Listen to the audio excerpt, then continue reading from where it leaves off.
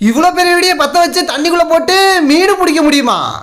அவனை சொல்லி நிறுத்துங்களேன்டா. அடிக்கிற வெயிலுக்கு ஆழ்ந்துகிட்டு வாடா கொஞ்ச நேரம் உட்காரலாம் அப்படின்னு சொன்னதுக்கு அதெல்லாம் வேணாமனே வானே போய் மீன் பிடிக்க போலாம் அப்படிமானா அடிக்கிற வெயில்ல எதுவுமே இல்லாம எப்படா மீன் பிடிக்கிறதுன்னு கேட்டதுக்கு ஒரு 300 ரூபா மட்டும் குன்னே அப்படின்னா ஏடா மீனே அவ்வளவுதானா அப்படின்னு காசு கட்டி புடிங்கிட்டு ஓடிட்டான்.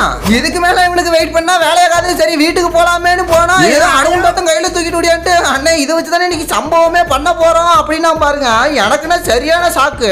அப்படியே கடலுக்கு நடந்து போயிட்டு இருந்த பாருங்க இடையில பார்த்தா நம்ம பெரியப்பாயோ அப்படியே இறக்கி விட்டியான்னு சொன்னதுக்கு அவனும் வரேன்னு சொல்லி கூட வந்துட்டான். அண்ணே இதாமனே ஸ்பாட் உள்ள வெடியை பத்த வச்சு தள்ளி விடுறோம், இருக்கிற எல்லா மீனையும் பிடிச்சி வித்தர்றான் அப்படின்னா பாருங்க. பெரியப்பா இருந்துட்டு வெடியை நான் பத்த வச்சு விடுறேன், நான் இன்னொருத்த நான் உள்ள தள்ளி விட்டுறேன் அப்படின்னா பார்த்தா